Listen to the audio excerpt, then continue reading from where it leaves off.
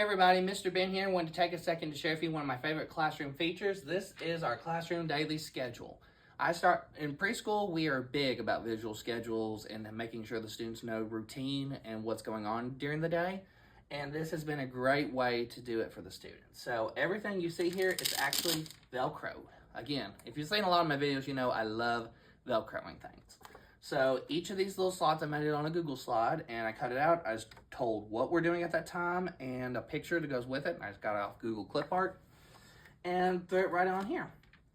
And the cool thing about having the Velcro dots like that is that if I ever want to change the schedule, then it's easy to do it. So let's see, like right here, PE.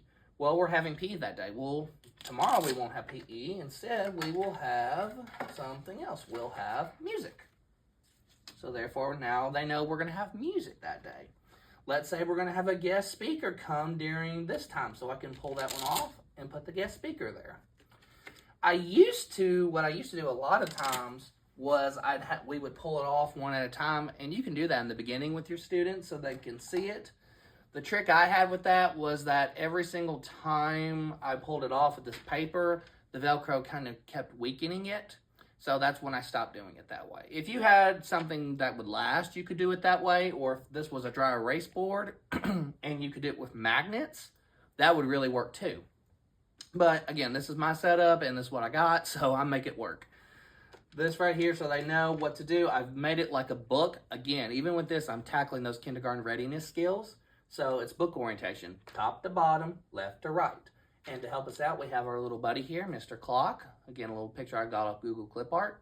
I put him on a little clothespin, and every time we move from something, I just have him move. He just skips around here to show what activity we are working on at that given time. And I got a little arrow drawn on it, so it means this one. Because even though right here is on breakfast, we're not on breakfast time. He's saying we're right here. We're at Super Friends, which is our social emotional learning time.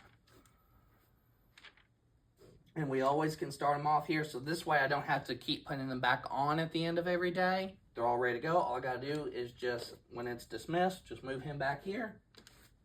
Boom, that's all I gotta do. Instead of having to put every single label back on in order, which will take quite a bit of time, especially if you've got a new assistant who doesn't know the full schedule just yet, it's easier just to go from there to there.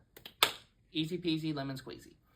So we also, another new thing I just done this year is I got this weather chart. And I put a picture here, so playground weather, sunny, windy, maybe a little cloudy, and we can go outside. But if it's gym weather, meaning we gotta go do our gross motor stuff in the gym, then I have it, like if it's snowing or raining, they say, okay, that means we're going in the gym. And that's why it's like that.